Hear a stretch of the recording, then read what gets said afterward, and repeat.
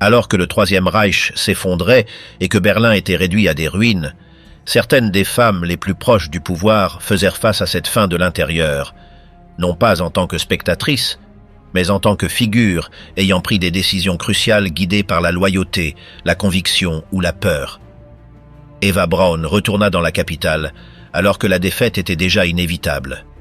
Sa présence n'était ni imposée ni fortuite. Elle choisit d'être là, aux côtés de Hitler, jusqu'au dernier instant. Elle rejeta toute tentative d'évacuation et laissa par écrit qu'elle n'envisageait aucun autre dénouement possible.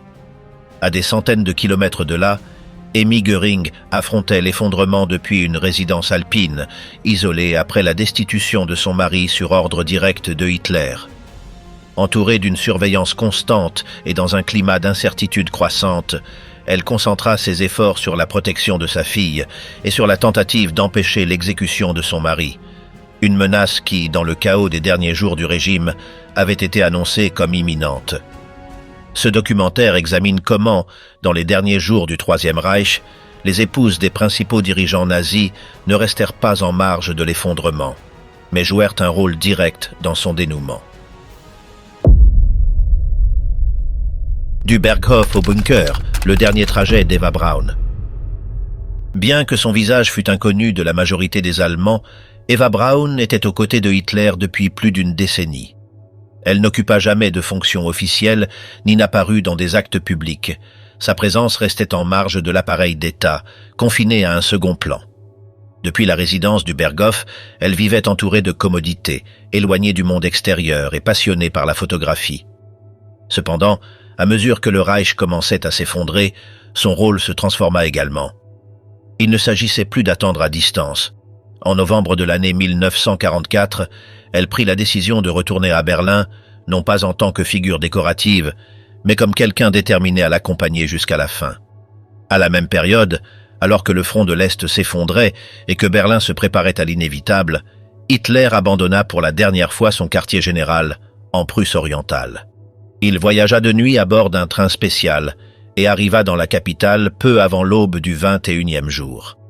Bien qu'il se fût initialement opposé à ce transfert, ce fut Martin Bormann qui parvint à le convaincre.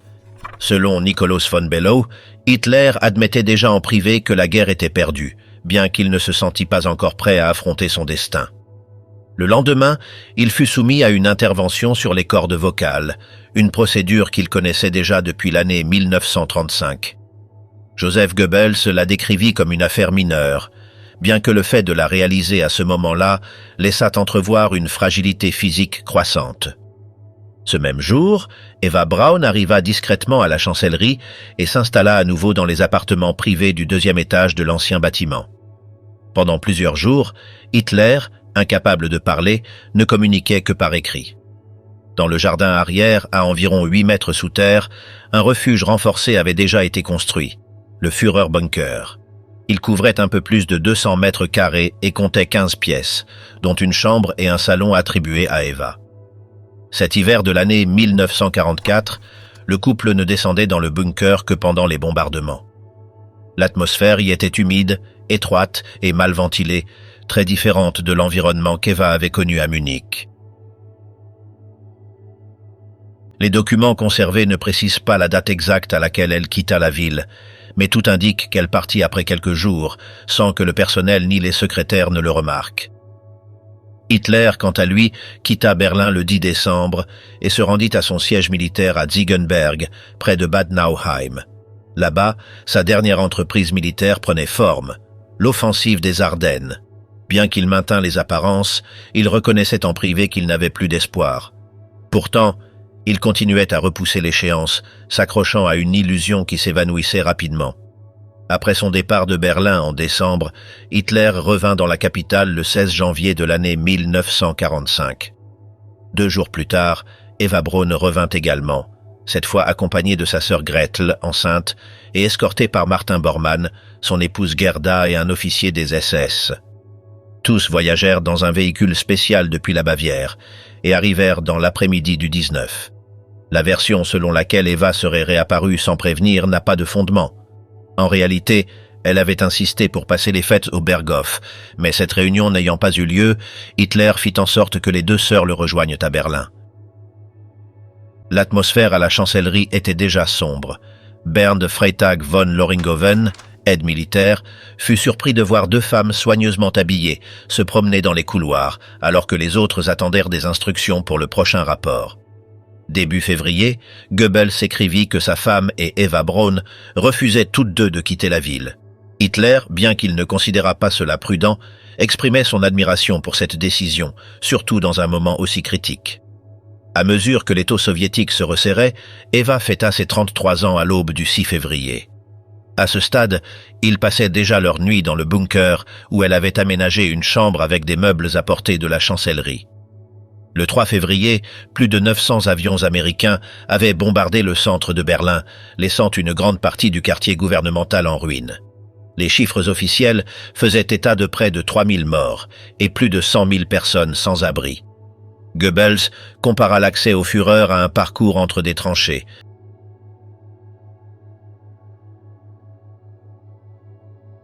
Malgré les décombres, la célébration de l'anniversaire eut lieu au 2e étage de l'ancien bâtiment, l'une des rares zones encore intactes. Les participants étaient peu nombreux. Hitler, Eva, sa sœur et son beau-frère Hermann Fegelein, ainsi que le couple Brandt. Karl Brandt, bien que déjà destitué de son rôle de médecin personnel de Hitler, faisait encore partie du cercle rapproché. Mais pas pour longtemps. En avril, il serait arrêté sur ordre direct du Führer, accusé de trahison pour avoir signalé l'effondrement sanitaire du Reich et avoir évacué sa famille vers des zones occupées par les Alliés. Bien que condamné à mort, l'exécution n'eut jamais lieu. Quelques jours après la célébration de son anniversaire, Eva Braun restait installée à la chancellerie, dans un environnement de plus en plus dégradé. Bien que sa présence fût discrète, son influence au sein du cercle intime de Hitler s'était consolidée.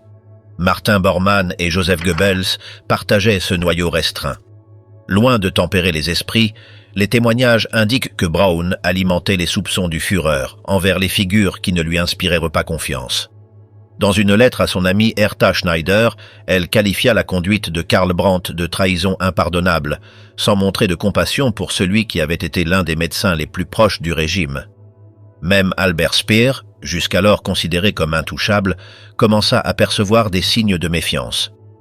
Eva Braun, agissant au nom de Hitler, lui demanda des nouvelles de sa famille, ce à quoi Speer répondit par des évasives, sans donner de détails précis. Mais la question n'était ni anodine ni innocente.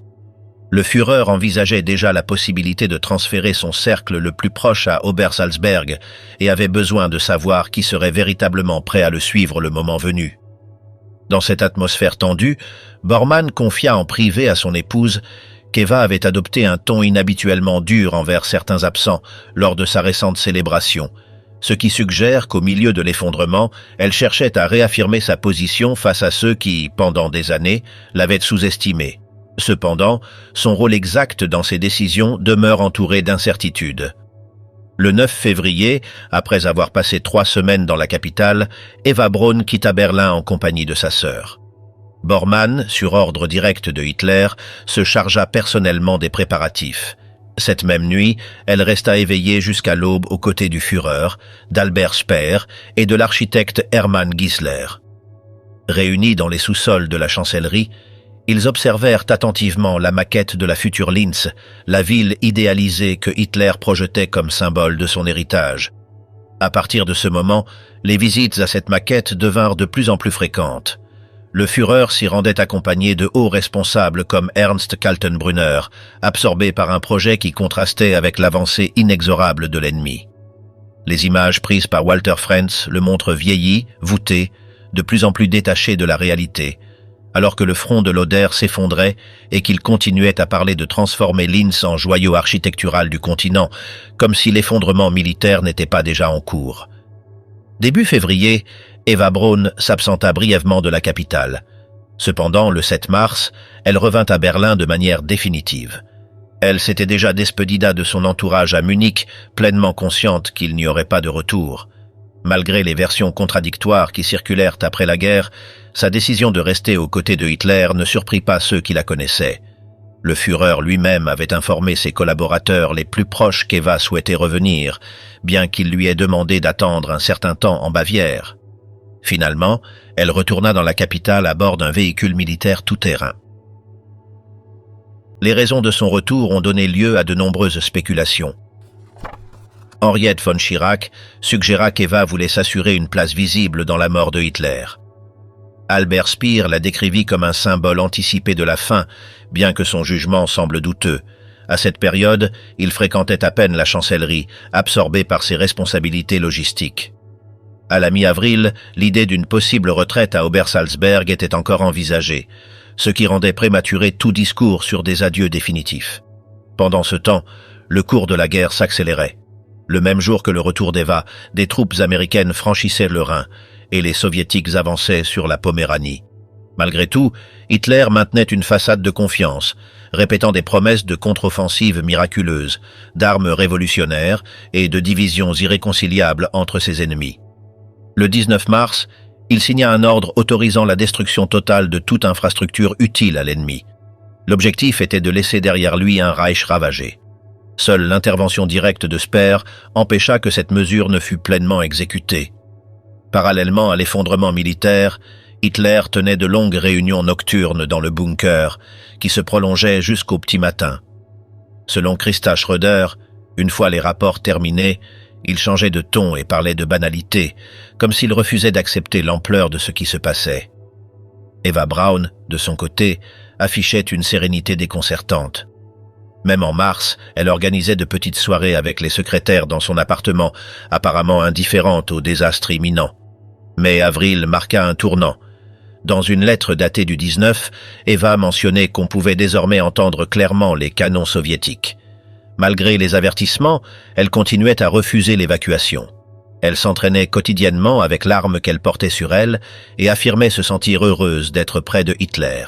Elle s'habillait avec soin, gardait son calme et exigeait du Führer qu'il ne montre aucun signe de faiblesse. Elle le réprimandait même s'il avait une tache sur son uniforme. Jusqu'à la fin, elle se comporta comme si rien ne pouvait briser le monde qu'elle avait choisi d'habiter. La nuit du 20 avril, alors que l'artillerie soviétique atteignait les limites du sud de Berlin, Hitler célébra son dernier anniversaire dans le bunker. Les principaux dirigeants du régime vinrent le féliciter. Goebbels, Himmler, Göring, Ribbentrop et Speer. L'un après l'autre, ils lui demandaient d'abandonner la ville et de chercher refuge à l'Obersalzberg. Par moments, il sembla envisager l'idée. Il ordonna même l'évacuation de ses secrétaires, leur assurant qu'il les rejoindrait dans quelques jours. Peu après, Eva Braun organisa à nouveau une célébration improvisée dans ses appartements de la chancellerie. Elle invita ceux qui se trouvaient à proximité, secrétaires, officiers et même Martin Bormann.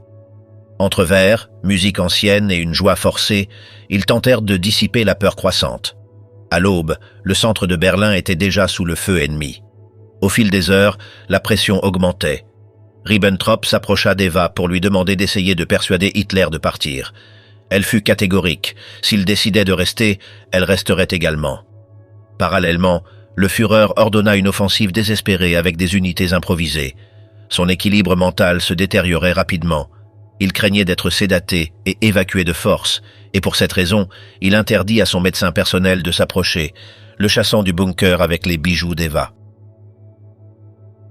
Le matin du 22 avril, la nouvelle que le contre-attaque de Steiner n'avait pas eu lieu déclencha une crise dans le bunker. Hitler, visiblement bouleversé, cria sans contrôle pendant une demi-heure et proclama que tout était perdu. Au milieu de l'effondrement, il donna l'ordre d'évacuer le complexe, mais Eva rejeta l'idée avec une tendresse déterminée. Devant ses officiers, il répondit en l'embrassant sur les lèvres. Personne n'osa bouger. Quelques heures plus tard, Eva se retira dans ses appartements et écrivit une courte lettre à son amie Hertha. Elle reconnaissait que la fin approchait et affirmait ne pas craindre de mourir comme elle avait vécu. Cependant, elle laissait une petite ouverture au doute, lui demandant de conserver la lettre jusqu'à ce que notre destin soit connu. À cet adieu intime suivit un autre, cette fois adressé à sa sœur Gretel.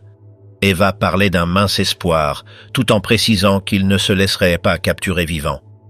Elle en profita pour mettre en ordre ses affaires personnelles et donna des instructions précises, détruire toute sa correspondance, sauf les lettres de Hitler.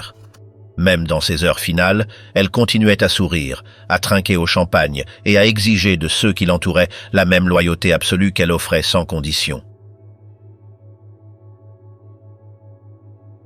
À mesure que les jours passaient et que le grondement des bombardements secouait sans relâche le bunker, la tension entre ceux qui y restaient encore devint totalement insupportable.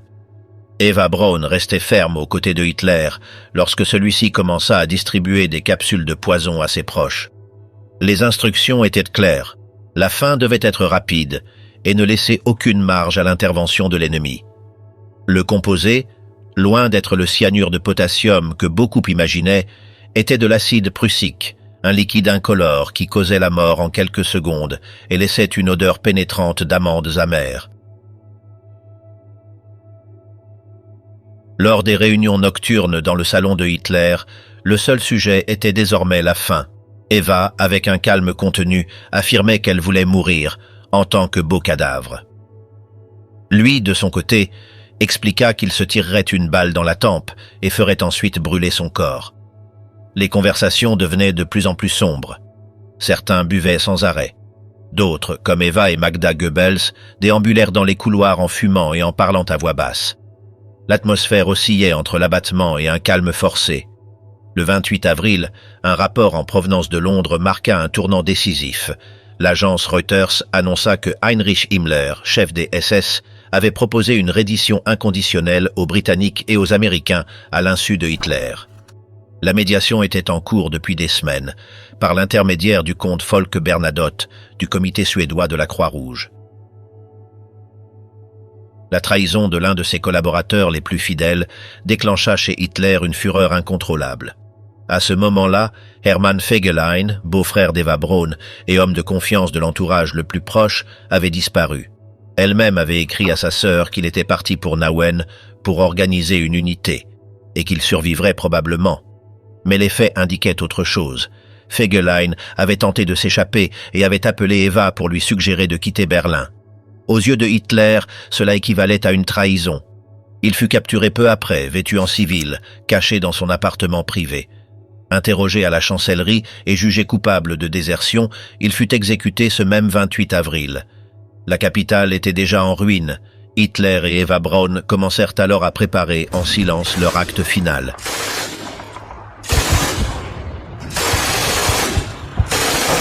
Après l'exécution de Fegelein et la nouvelle de la trahison de Himmler, Eva Braun et Hitler prirent une décision finale, se marier. La cérémonie fut organisée rapidement et discrètement, dans une atmosphère marquée par l'effondrement total. Seule une poignée de personnes fut informée au préalable. Joseph Goebbels, Martin Bormann, Nikolaus von Below et la secrétaire Traudl Jung, à qui Hitler dicta cette même nuit son testament politique et personnel. Dans le document, Hitler justifiait le mariage en affirmant qu'après des années de lutte, il épousait enfin la femme qui avait choisi de partager son destin dans la capitale assiégée. Il soulignait qu'en mourant ensemble, ils retrouvaient ce que leur vie publique leur avait refusé. Mais le ton du texte soulevait plus de questions que de réponses. Il ne révélait ni émotion, ni mot d'affection envers Eva Braun. Le contenu était solennel, presque bureaucratique. Le mariage eut lieu entre la nuit du 28 et l'aube du 29 avril. Le fonctionnaire civil, Walter Wagner, fut convoqué en toute hâte. Goebbels et Bormann signèrent en tant que témoins. Après la cérémonie, il y eut une brève réunion avec du champagne dans le salon du bunker.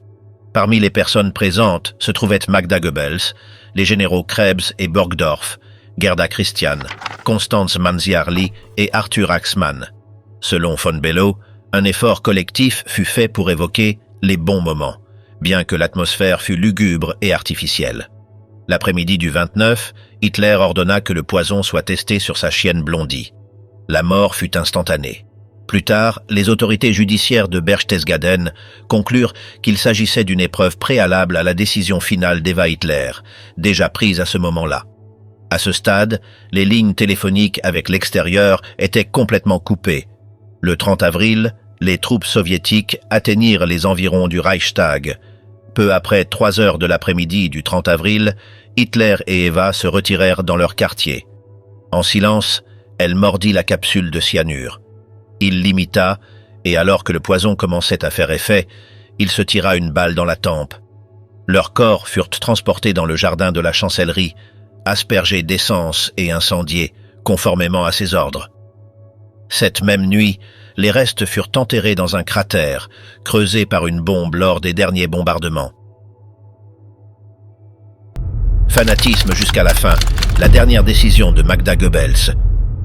Bien avant que les corps de Hitler et d'Eva Braun ne brûlent dans le jardin de la chancellerie, Magda Goebbels et ses 6 enfants vivaient encore dans la résidence champêtre de Lanke, un cadre paisible qui semblait étranger à l'effondrement imminent du Troisième Reich. C'était l'été de l'année 1944.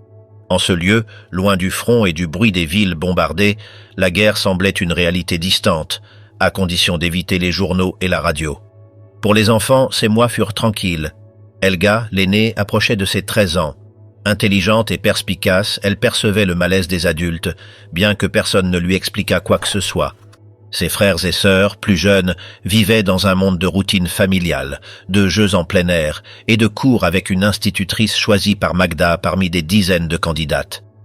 Cette femme, discrète et fidèle, se souviendrait des années plus tard de cette coexistence sans recourir à des jugements politiques ni à des anecdotes superficielles. Les enfants des Goebbels étaient décrits comme aimables, équilibrés et bien éduqués. Helmut, le seul garçon, se distinguait par son caractère introspectif. Son père, en revanche, attendait de lui une attitude plus ferme, moins docile. Lorsqu'un rapport scolaire alerta sur ses faibles résultats, l'atmosphère se tendit. Joseph Goebbels réagit avec sévérité. Ce fut alors Magda qui prit les choses en main, soutenue par l'institutrice. Elles consacrèrent des heures quotidiennes au petit Helmut. Et après quelques semaines, non seulement il s'améliora, mais il obtint des notes étonnamment élevées. Malgré son rôle central dans la machine de propagande du régime, Goebbels se montrait à la maison comme un père enthousiaste, parfois provocateur. Il cherchait à susciter chez ses enfants une rébellion qui ne venait pas. Il lançait souvent des commentaires absurdes pour voir si l'un d'eux le contredirait. Une fois, il réussit à troubler l'ambiance au point que les enfants le poursuivirent dans la pièce. Helmut, caché sous un canapé, le fit trébucher. Tous rirent, sauf lui. Blessé dans son orgueil, il perdit son sang-froid. Mais lorsque l'institutrice lui tint tête, il changea d'attitude. Il reconnut son erreur et promit de se rattraper auprès de l'enfant. Magda, de son côté, gardait son sang-froid. Même lorsque la situation du Reich se détériorait, elle conservait une attitude affable avec le personnel. Ce n'est qu'en privé qu'elle montrait des signes d'épuisement. À intervalles irréguliers, elle était prise de crises d'ordre domestique. Elle enlevait les rideaux, vidait les meubles et réorganisait chaque recoin. Comme si, en mettant de l'ordre dans son environnement, elle pouvait résister au chaos qui, lentement, s'approchait. Au cours des derniers mois de l'année 1944, Magda Goebbels partageait son temps entre la propriété familiale de Lanke et de brefs déplacements à Berlin. Chaque fois que Joseph la réclamait, elle s'y rendait sans hésiter. Ni les vols rasants ni l'état des routes ne parvenaient à la dissuader. Bien que l'usure de leur lien fût évidente, elle se sentait encore instinctivement liée à lui. La vie à Lanke conservait une certaine routine. Hitler ne visitait plus la propriété, mais Elo Kant, son amie la plus proche, y apparaissait de plus en plus fréquemment. C'est avec elle seule que Magda parlait sans filtre. Sa mère, Frau Behrend, s'était également installée là, bien que leur coexistence devint tendue. Submergée par la peur, la vieille femme déchargeait son angoisse sur sa fille, lui réclamant des solutions impossibles. Elle faisait parfois irruption en pleine nuit, laissant entendre des gestes désespérés. Bien qu'elle ne les mit pas à exécution, ses paroles laissèrent une empreinte durable. Des années plus tard, elle évoquerait Magda avec affection, mais n'aurait pas un seul mot aimable pour son gendre. La nuit de son anniversaire, les enfants entrèrent dans sa chambre avec des vêtements de fête et des cadeaux faits à la main. Magda, surprise, fondit en larmes. Personne ne parlait encore du dénouement. Une des assistantes se souvenait que, dans les moments de découragement, Magda mentionnait un « fin », mais jamais clairement. Elle continuait à espérer que quelque chose d'imprévu pourrait tout changer. Sa coutume était d'attendre et de décider seulement lorsqu'il n'y avait plus d'option. Les enfants restèrent à Lanke jusqu'à la fin janvier. Les colonnes de déplacés se multipliaient, et Helga, l'aînée, commençait à poser des questions auxquelles personne ne voulait répondre. Peu après, Joseph ordonna le transfert à Schwanenwerder. La caravane partit de nuit, par des chemins sombres et encombrés, en direction des rives du Havel. Pendant quelques semaines, la guerre sembla s'éloigner. Le printemps fleurissait dans les jardins. L'eau de la rivière scintillait au soleil, et les explosions, bien que toujours présentes, résonnaient encore au loin. Depuis l'Est, cependant, l'artillerie commençait à dominer le paysage. Lorsque les enfants posèrent des questions sur le vacarme, Magda répondait avec sérénité, leur assurant que tout cela passerait bientôt. Le 18 avril, elle téléphona depuis le bunker et donna l'ordre de ramener les enfants à Berlin. Les routes n'offraient déjà presque plus d'issue, et la ville ne disposait pratiquement plus de protection, mais malgré tout, le voyage eut lieu. Entre des valises improvisées et des adieux étouffés, la famille entreprit son dernier déplacement, tandis que le calme commençait peu à peu à céder face à l'étau qui se resserrait sur la capitale. Dans les jours qui suivirent le retour à Berlin, la situation dans le bunker devint de plus en plus intenable. Le 25 avril, Hitler proposa à Magda Goebbels et à ses enfants de quitter la capitale. La fenêtre pour s'échapper était infime, mais elle existait encore, et le Führer insista pour qu'ils se sauvent. Magda, sans hésiter, refusa la proposition. Elle déclara que sa décision était déjà prise, qu'ils resteraient là avec lui jusqu'à la fin. Ce même jour, Erich Kempka, responsable de la flotte de véhicules de la chancellerie, tenta une nouvelle fois. Il réunit plusieurs voitures blindées et s'adressa à Magda pour la supplier de saisir cette dernière chance. Il comptait l'évacuer à Gatow, où un avion l'attendait, moteurs allumés. Un instant, elle sembla vaciller. Selon les propres dires de Kempka, elle esquissa même un soupir de soulagement, comme si elle s'autorisait un instant à envisager la fuite. Mais la présence silencieuse de Joseph Goebbels, qui avait entendu la conversation, changea le cours des choses. Il rappela à son épouse que, même si elle et les enfants étaient libres de partir, lui resterait jusqu'à la fin. Magda, retrouvant aussitôt sa contenance, refusa l'offre avec courtoisie. « Les enfants et moi restons aussi, monsieur Kempka, mais merci. » Peu après, l'arrivée de l'aviatrice Anna Reitsch vint brièvement bouleverser la routine du bunker. Elle était arrivée après un vol périlleux, et ce fut Magda qui la conduisit jusqu'à sa chambre, où 6 pères Dieu l'observèrent avec curiosité depuis leur couchette. Les enfants, fascinés par la figure d'une pilote, commencèrent à lui poser des questions sans relâche. Entre les bombardements, Reitsch répondait par des récits, leur enseignait des chansons tyroliennes et partageait des histoires pour les aider à s'endormir. Malgré l'enfermement et le chaos extérieur, ils conservaient une joie inattendue, se protégeant les uns les autres, avec une tendresse naturelle. Cependant, sous cette surface de normalité, la tension ne cessait de croître. Pour Reitsch, ces scènes, si sereines face à l'effondrement, devinrent un poids émotionnel difficile à porter. Durant ces jours, Joseph Goebbels apparaissait de plus en plus convaincu de l'issue. Il savait que la défaite était irréversible et méprisait les tentatives de figures telles que Himmler ou Göring de négocier avec les Alliés, car il ne concevait pas la reddition comme une option. Devenu le metteur en scène de sa propre fin, il cherchait à donner à sa mort une portée symbolique, comme s'il s'agissait d'une ultime opération de propagande, pensée au-delà même de la mort. Magda, de son côté, prit sa décision seule, sans y avoir été poussée. Joseph, qui avait toujours exercé une influence considérable sur elle, aurait pu la convaincre de partir, mais choisit de ne pas le faire. Selon certains témoignages, ils auraient conclu un pacte commun des semaines auparavant, peut-être dès le mois de mars, quand l'effondrement du régime devenait déjà inévitable. La dimension spirituelle joua également un rôle dans cette décision. Magda croyait à la réincarnation et concevait la mort comme une transition vers une autre forme d'existence. Cette vision, issue d'une interprétation personnelle du bouddhisme, semble avoir fonctionné comme une justification intime. La gouvernante des enfants se souvenait de cette inclination philosophique, et bien que Magda ne l'ait jamais formulée comme une doctrine formelle, selon elle, cela permettait d'expliquer ce qui, autrement, resterait incompréhensible. Des années auparavant, Magda avait confié à Hello Kant une pensée troublante. Elle disait vouloir offrir à ses enfants une nouvelle chance, mais sur un autre plan, et que pour cela, ils devraient d'abord mourir. La décision était prise. Joseph Goebbels ne concevait pas une vie après la chute de Hitler. Magda, comme elle l'avait déjà exprimé clairement, ne comptait ni se séparer de son mari, ni permettre que ses enfants grandissent dans un monde où le régime auquel ils avaient consacré leur existence n'existerait plus. Le 29 avril, dans l'après-midi, Goebbels rédigea un dernier document. Il ne s'adressait pas au présent, mais au futur. Il y déclarait que, pour la première fois de sa vie, il désobéirait à un ordre du Führer. Il ne quitterait pas Berlin. Il affirmait que son épouse et ses enfants partageaient cette décision et qu'agir autrement ferait de lui un traître à ses propres valeurs et à son peuple.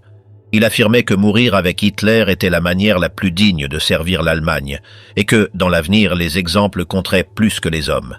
C'est pourquoi, concluait-il, toute la famille resterait dans la capitale jusqu'à la fin. Pendant que Goebbels poursuivait ses activités aux côtés de Hitler, Magda passait ses derniers jours presque entièrement dans le bunker familial. Elle sortait à peine.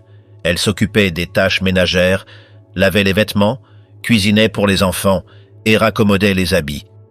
Le temps, qu'elle avait cru un moment trop court, semblait soudain s'étirer, et avec lui, le poids émotionnel de ce qu'elle savait inévitable. Les enfants, par conséquent, commençaient à montrer des signes d'inquiétude. Le bombardement soviétique devenait de plus en plus intense, et les secousses du sol rendaient impossible d'ignorer ce qui se passait à l'extérieur. Helga, l'aînée, demandait à sa mère s'ils allaient réellement mourir. Magda répondait par des phrases vagues, assurant que les bruits étaient le signe que les soldats allemands arrivaient pour les sauver. Mais son ton éteint ne convainquait déjà plus la fillette. Malgré cela, la vie quotidienne continuait à l'intérieur du bunker. Chacun des petits avait emporté un seul jouet. Ils jouaient dans les couloirs, suivaient leur mère dans les passages et une fois par jour allèrent saluer Hitler et caresser sa chienne Blondie. Ce petit rituel servait à maintenir l'illusion que tout était encore en ordre. Aux yeux de ceux qui les observaient, les enfants de Magda conservaient une sérénité déconcertante. Ils étaient polis, attentifs et parfaitement habillés. Même dans un tel environnement, ils faisaient forte impression. Certains soldats, aguerris par des années de guerre, se demandaient en silence pourquoi ces enfants, si innocents, n'étaient pas envoyés en lieu sûr. Sous le vacarme constant du siège soviétique, le palais des Goebbels était démantelé pièce par pièce à la surface. Ce que les bombes n'avaient pas détruit, les domestiques et les soldats l'emportaient, traversant les ruines ou les tunnels avec tout ce qu'ils pouvaient porter. Ni le parc entourant la résidence, ni les tableaux entreposés dans des abris souterrains ne furent épargnés. Les autres propriétés familiales, comme Lanke ou Schwanenwerder, étaient déjà entre les mains des soviétiques, et dans les deux cas, le luxe avait disparu sans laisser de traces. C'est dans ce même contexte de décomposition matérielle et symbolique que se déroulèrent les derniers actes de Joseph et Magda. Le 28 avril, Hitler annonça sa décision de se donner la mort et invita ceux qui l'entouraient à suivre son exemple. Joseph Goebbels fut l'un des rares à ne pas hésiter. Cette nuit-là, il assista au mariage de Hitler avec Eva Braun, comme un geste symbolique de loyauté réciproque, commencé des années auparavant lorsque Hitler avait été témoin de la noce des Goebbels. Le 29 avril, Hitler nomma Goebbels chancelier du Reich. Concrètement, ce titre ne signifiait plus rien. Symboliquement, pour Joseph, c'était l'apogée de sa carrière. Non seulement il était le dernier des fondateurs du régime encore debout, mais aussi le seul que Hitler avait gardé dans son cercle intime jusqu'au bout. Sa mort, pensée comme un acte de propagande, devait renforcer cette image, celle d'un homme qui ne se rendait pas, même dans la défaite. Le lendemain matin, tandis que Hitler prenait congé de ses collaborateurs un à un, il eut un geste inattendu. En serrant la main de Magda Goebbels, il détacha de sa veste l'insigne doré du parti et le fixa sur celle de Magda, qui, toujours si retenue, éclata en sanglots. Bien que sa foi en Hitler se fût érodée avec le temps, ce geste scella un lien qui, pour elle, conservait encore une dimension transcendante. Quelques heures plus tard, Adolf et Eva disparaîtraient. Joseph et Magda, avec leurs enfants, resteraient dans l'attente, isolés dans leur bunker privé, sans autre témoin que les murs de béton et l'écho lointain d'une guerre déjà perdue. Après ce dernier geste de Hitler envers Magda, qui l'avait émue jusqu'aux larmes, elle se consacra à écrire une dernière lettre à son fils aîné Harald, qu'elle confia à l'aviatrice Anna Reitsch. Dans ce texte, rédigé depuis le huis clos du bunker, elle justifiait sa décision et celle de Joseph comme l'unique issue possible à leur vie, conforme à l'idéal national-socialiste. Elle affirmait que Hitler avait tenté de la convaincre de partir, mais qu'elle ne l'avait même pas envisagé. Elle écrivait qu'avec la chute du régime, tout ce qui avait eu de la valeur dans sa vie s'était également effondré. La beauté, la noblesse, la fidélité. C'est pourquoi elle avait gardé les enfants avec elle, convaincue que le monde à venir ne leur offrirait pas une vie digne. À son fils, elle demandait de ne jamais oublier ses origines, de vivre avec honneur et que sa propre conduite donne un sens au sacrifice qu'il s'apprêtait à accomplir. Elle décrivait avec fierté la maturité des petits, qui supportaient l'enfermement sans la moindre plainte, se consolant entre eux lorsque les explosions secouaient le bunker. Elle racontait même que, malgré l'effondrement, les enfants parvenaient encore à arracher un sourire au Führer, et relatait avec une émotion particulière le moment où il lui avait épinglé son insigne doré du parti sur sa veste, un geste qu'elle interpréta comme la plus grande reconnaissance possible. Quelques heures plus tard, les 6 enfants des Goebbels furent assassinés à l'intérieur du refuge.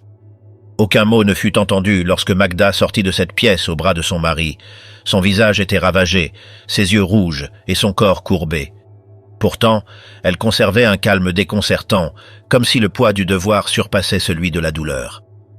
Dans la nuit du 1er mai, alors que s'organisait la tentative finale de fuite, Joseph et Magda gravirent lentement les escaliers de béton menant au jardin extérieur. Ils ne permirent à personne de les aider. À la sortie du bunker, les attendaient leur chauffeur et le capitaine Schwagermann. À côté, reposaient des bidons d'essence. Ils traversèrent en silence vers la pénombre, s'arrêtèrent à quelques mètres. Un coup sec brisa le silence. Joseph s'était tiré une balle. Magda, à ses côtés, s'effondra après avoir mordu une capsule de poison.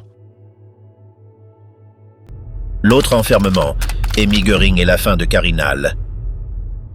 Tandis qu'à Berlin se scellaient les derniers pactes de mort au sud du pays, Emmy Göring vivait une journée totalement différente. Le 21 avril 1945, sous une pluie dense qui masquait les montagnes, elle attendait avec angoisse le retour de son mari. Hermann, alors encore commandant de la Luftwaffe, était parti vers le front de l'Est, déjà tout proche de Carinhal. Ce soir-là, sans prévenir, sa sœur fit irruption dans la chambre, bouleversée. Hermann était revenu. Elle l'accueillit avec soulagement et tendresse, et ensemble, ils allèrent voir leur fille Eda, qui dormait sans se douter de la gravité de la situation. Ce bref instant familial ne parvint pas à dissimuler la tension qui se lisait déjà sur le visage de Göring. Il raconta son périple à travers une Allemagne dévastée, avec des colonnes attaquées depuis les airs et des villes réduites en ruines. Hitler l'avait envoyé à Berchtesgaden dans l'espoir de le retrouver là-bas. Toutefois, les doutes sur l'avenir immédiat étaient évidents. Le 23, en rentrant à l'improviste dans sa chambre, Hermann apportait un message venu de Berlin. Le général Koller était arrivé avec des nouvelles capitales. Lors d'une réunion tenue dans le bunker, Hitler avait reconnu que la guerre était perdue et, devant ses généraux, avait prononcé une phrase ambiguë dans laquelle il suggérait que Göring prenne contact avec les Alliés. S'appuyant sur le décret de juin 1941 qui le désignait comme son successeur en cas d'incapacité, Hermann décida d'écrire à Hitler pour demander l'autorisation d'assumer le commandement. En l'absence de réponse avant 22 heures, il agirait de sa propre initiative. La réponse arriva dans l'après-midi. Le décret n'était plus valable et Hitler interdisait formellement toute initiative. Peu après, plusieurs hommes des SS arrivèrent à la résidence de Göring. Incrédule, Hermann supposa qu'il s'agissait d'une erreur. Pourtant, il fut placé en résidence surveillée, coupé du monde et gardé toute la nuit. Emmy, enfermée dans sa chambre, sentait que quelque chose d'irréparable était en train de se produire. Les heures passaient lentement, entourés de soldats armés. Bien qu'ils aient pu dîner ensemble, la tension était telle que personne ne toucha à son assiette. Le lendemain, un garde lui annonça qu'elle ne reverrait plus son mari. L'isolement venait de commencer. L'enfermement imposé par les SS ne faisait qu'aggraver la gravité de la situation. Emmy ne pouvait passer que quelques minutes avec son mari, qui commençait à accepter qu'il n'avait plus aucun contrôle sur son destin. La nuit s'écoula au rythme des bombardements, et à l'aube, un officier loyal lui permit de retrouver brièvement Hermann. Elle lui assura qu'Eda ne se doutait de rien. Soulagé, il s'agrippa à sa main, répétant avec incrédulité que tout cela était impensable. Quelques instants plus tard, l'alarme retentit à nouveau. Emmy courut vers la chambre de sa fille, mais l'enfant avait déjà été emmené dans l'abri. En cherchant Hermann, elle le trouva en train de se raser avec une apparente tranquillité. Il refusa de descendre à la cave, mais céda finalement face à l'insistance d'Emmy. Ensemble, ils furent conduits à la cave de la maison, où Eda les attendait. L'abri officiel, construit sur ordre de Bormann, n'était pas encore opérationnel, et la porte de la cave, déformée par les impacts, ne pouvait pas se fermer complètement. Pendant l'attente, Eda, tremblante, commenta que l'attaque était particulièrement violente. Son père la prit dans ses bras et lui dit que tant qu'ils seraient ensemble, elle ne devait pas avoir peur. Amy, en silence, souhaitait qu'un impact direct mette fin à toute une bonne fois pour toutes, mais cela n'arriva pas. Les explosions cessèrent, et quelques minutes plus tard, un officier leur permit d'entrer dans le grand abri, où ils retrouvèrent le personnel avec lequel ils avaient partagé des années de vie de palais. Dans cet espace improvisé, Amy se remémora les jours de prospérité. Elle tenta même de récupérer l'écharpe grise qu'Eda avait tricotée pour son père, mais ne trouva que des lambeaux parmi les décombres. Quelques domestiques réussirent à récupérer des matelas et des couvertures pour improviser des lits. C'est dans cette ambiance, suspendue entre effondrement et habitude, qu'eut lieu une scène inattendue. Eda, encore inconsciente de la portée du moment, demanda s'il était vrai que Hitler avait trahi son père. Amy, observée par des membres des SS, se contenta de lui promettre que, lorsque tout serait redevenu normal, elle lui expliquerait la vérité. Plus tard, la confirmation de ce qui n'était jusque-là que des rumeurs arriva. Hitler accusait Göring de haute trahison. Bien qu'on leur ait annoncé qu'il ne serait pas exécuté, il perdrait tous ses titres et serait exclu du parti. La nouvelle fut dévastatrice. Amy, désespérée, supplia le médecin de retarder l'envoi d'un message angoissé que Hermann avait dicté. Mais il n'y eut aucune clémence. La réponse arriva quelques heures plus tard. Elle, son mari et leur fille seraient exécutés avec toutes les personnes présentes. La menace pesait sur Hermann comme une sentence déjà prononcée. Amy ne parvenait pas à croire que Hitler avait ordonné sa mort, et encore moins celle de leur fille. Cependant, un détail raviva le soupçon de manipulation. Dans le message original, quelqu'un avait réinséré une phrase que Göring avait supprimée. Malgré cela, la menace était bien réelle. Selon les instructions, l'exécution n'aurait lieu qu'après la chute de Berlin.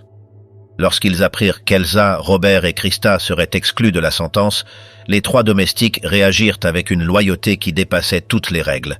Ils exigèrent d'être exécutés aux côtés de leur maître si ceux-ci étaient condamnés.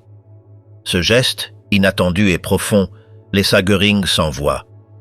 Il se contenta de dire qu'il existait encore des instants capables de donner un sens à une vie. Peu de temps après, on leur annonça qu'ils seraient transférés au château de Motterndorf, dans les Alpes autrichiennes. Amy connaissait bien cet endroit, une ancienne résidence familiale de son mari, sombre, avec des couloirs interminables et la réputation d'être hantée. Elle accepta le transfert à une condition ferme, elle ne serait pas séparée de Hermann. L'insistance porta ses fruits et elle put voyager à ses côtés. À Motterndorf, Amy ressentit un soulagement inattendu. Respirer de l'air pur après tant de jours d'enfermement lui rendit un peu de sérénité, bien que le danger n'eût pas disparu. Une nuit, sa sœur découvrit un passage souterrain reliant le château au village. Profitant de l'absence de surveillance, elles réussirent à contacter des officiers de la Luftwaffe qui, feignant l'autorité, convainquirent les SS de désobéir à l'ordre d'exécution. La menace immédiate sembla s'éloigner, sans toutefois disparaître complètement. Le 1er mai, une radio dissimulée leur apporta la nouvelle décisive. Hitler était mort. Privé de toute possibilité de justifier sa position auprès de lui, Göring sombra dans un abattement total. Amy, tentant de le détourner de sa détresse, feignit un malaise. L'effet fut immédiat et il se concentra de nouveau sur elle. Quelques jours plus tard, le 7 mai, arriva le message tant attendu. Ils étaient libres. Mais pour Amy, cette libération n'apportait aucun réconfort. Göring, ferme jusqu'au bout, écrivit une dernière lettre adressée à Eisenhower. Il n'y demandait aucune clémence, seulement une chose, que l'Allemagne puisse trouver une paix digne avant d'être totalement anéantie. Le lendemain, ils entamèrent leur voyage vers Zell am See, traversant les paysages enneigés du Langau, avec l'incertitude marquant chaque kilomètre. Amy et Hermann Göring espéraient que les forces américaines leur permettraient de se présenter sans résistance. Peu avant d'arriver, l'écho de coups de feu rompit le silence alpin. Ils crurent qu'il s'agissait des Américains, mais ce n'étaient que des soldats allemands, utilisant leurs dernières munitions. En atteignant Rastatt, Des unités de la Luftwaffe entourèrent la voiture après avoir reconnu le Reichsmarschall. Ce fut une scène brève, empreinte d'émotion, où l'enthousiasme des troupes contrastait avec le visage sombre de Hermann. Peu après, un véhicule américain s'approcha. Un officier en descendit, se présenta sous le nom de Stack. Il respecta le protocole, fit preuve de respect et communiqua à Amy un message qui la rassura. Eisenhower acceptait de recevoir Göring, qui pourrait venir et repartir librement. Avec cette promesse, ils furent logés au château de Fischhorn. Cette même nuit, un soldat américain prononça devant Amy les mots qu'elle attendait depuis des années. La guerre était terminée. L'émotion la submergea et pour la première fois depuis longtemps, elle pleura de soulagement. Le lendemain matin, tandis que Hermann se préparait pour sa rencontre avec Stack, Amy lui rappela avec fermeté que, quoi qu'il arrive, elle ne se séparerait pas de lui. Il tenta d'afficher un optimisme de façade, bien que ses gestes trahissent une autre vérité. C'était une forme d'adieu. Depuis la fenêtre, elle le vit s'éloigner pour la dernière fois en homme libre. Quelques instants après avoir vu partir Hermann, le corps d'Amy réagit de manière inattendue. Son bras droit se paralysa sans raison apparente. Elle ne savait pas encore qu'il lui faudrait 2 années pour en retrouver l'usage. À ce moment même, Eda entra dans la pièce. L'enfant, ignorante de tout sauf du changement d'ambiance autour d'elle, posa une question aussi simple que dévastatrice. Elle voulait savoir s'ils avaient gagné la guerre. Amy, fidèle à sa promesse de ne jamais lui mentir, lui répondit avec la vérité. Eda, encore confuse, hocha la tête avec détermination et dit qu'elle serait courageuse, bien qu'elle ne pût dissimuler sa déception. Elle avait espéré que l'Allemagne triompherait. Avec le passage des jours, le calme apparent laissa place à une routine marquée par la confusion. Fouilles constantes, soupçons infondés et accusations sans fondement commencèrent à rythmer le quotidien. Un malentendu avec une jeune actrice portant le nom de Braun poussa un général à suspecter qu'Amy cachait des informations sur sa relation avec Eva Braun. Le mépris qu'elle reçut de la part de cet officier, convaincu d'un mensonge inexistant, laissa une trace difficile à effacer. Le 2 juin, Eda eut 7 ans. Amy tenta de lui offrir un peu de réconfort, un geste, mais la tristesse imprégnait tout. Quelques jours plus tôt, Frau Buller, dévastée par l'arrestation de son mari, s'était donné la mort. Sans le savoir, Amy avait vu juste en disant à sa fille que sa tante avait rejoint son époux. Dans ce monde en ruine, même les mots les plus simples contenaient des vérités impossibles à accepter. Après des semaines d'attente incertaine, la routine à Straubing devenait de plus en plus sombre.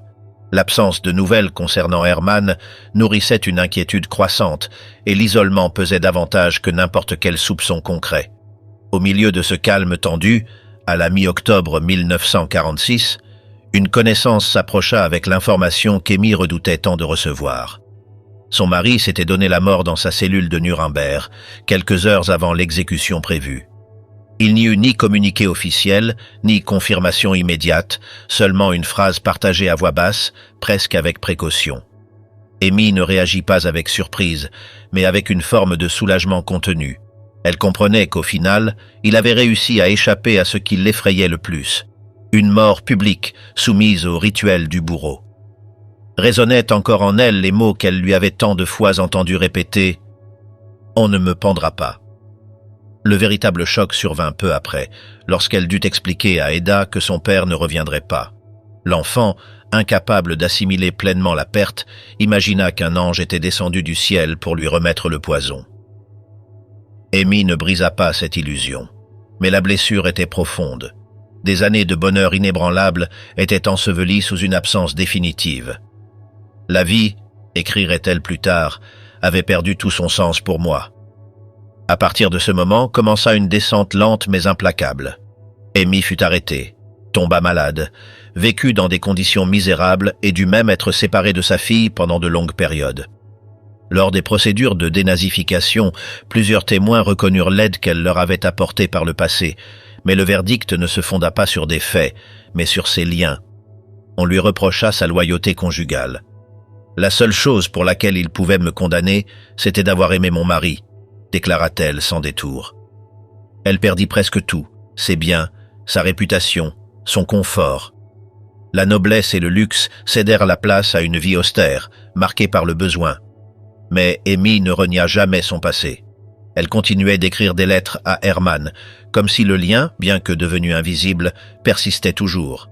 Elle trouva en sa fille Eda la seule raison de tenir bon. Avec le temps, elle apprit à voir la douleur et la joie comme des parties indissociables d'une même existence.